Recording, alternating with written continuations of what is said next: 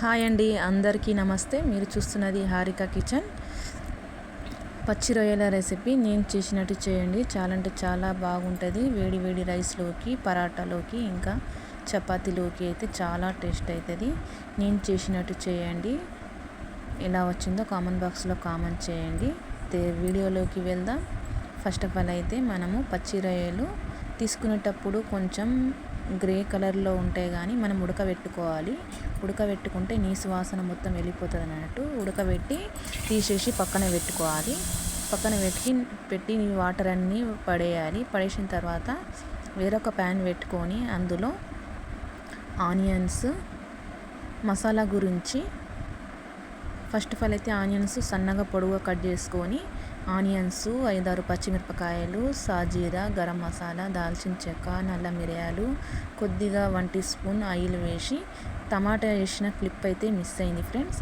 3 టమాటాలు వేసి మంచిగా నూనెలో వేయించుకోవాలి. వేయించుకున్న తర్వాత మనం మిక్సీ జార్లో చల్లారిన తర్వాత మిక్సీ జార్లో వేసుకొని మిక్సీ పట్టుకోవాలి.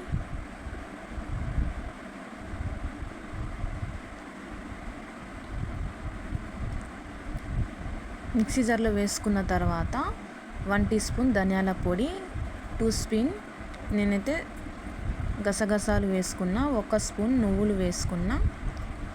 ఆప్షనల్ అది నువ్వులు వేసుకోవడం. కొద్దిగా వాటర్ వేసి మిక్సీ పట్టుకొని సన్నగా పేస్ట్ లాగా చేసుకోవాలి.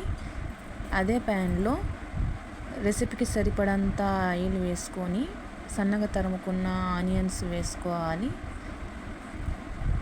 1 టీ స్పూన్ పసుపు,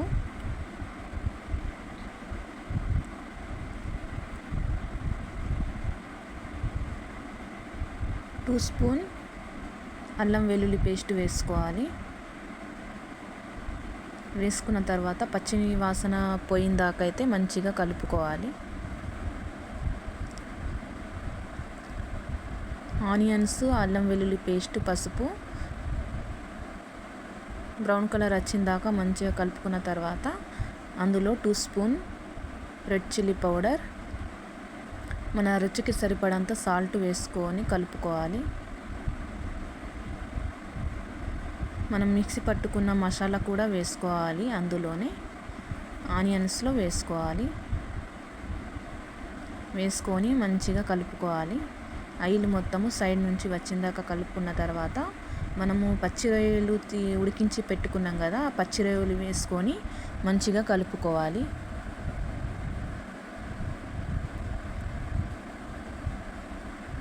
మసాలా మొత్తము పచ్చి రొయ్యలకు పట్టిన దాకా ఒక 5 మినిట్స్ మాడకుండా ఇలాగే కలుపుకోవాలి.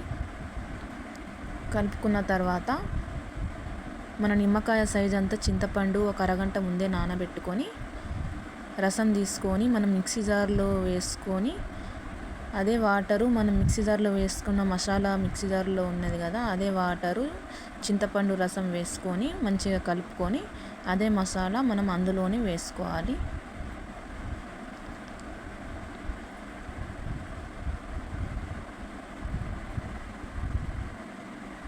గ్రేవీ మనకి ఎంత అవసరం ఉంటే అంత వాటర్ వేసుకొని మంచిగా దగ్గరకు వచ్చిన దాకా కలుపుకోవాలి, ఉడికించుకోవాలి. కలుపుకుంటూ ఉడికించుకోవాలి అడగంటకుంటా. ఉడికిన తర్వాత సగం స్పూన్ గరం మసాలా, కసూరి మెంతి వేసుకొని మంచిగా కలుపుకోవాలి. మనకు గ్రేవీ ఎంత అవసరం ఉంటే అంత కలుపుకొని దించేయడమే. మన పచ్చి రొయ్యల కర్రీ అయితే రెడీ అయిపోయింది ఫ్రెండ్. మన రెసిపీ మీకు నచ్చితే లైక్ చేయండి, కామెంట్ చేయండి. కొత్తగా చూసిన వారు సబ్స్క్రైబ్ చేసుకోండి. మన ఛానల్కి ఫాలో అవ్వండి, షేర్ చేయండి. మరొక కొత్త రెసిపీలో కలుద్దాం ఫ్రెండ్. బాయ్ మరి.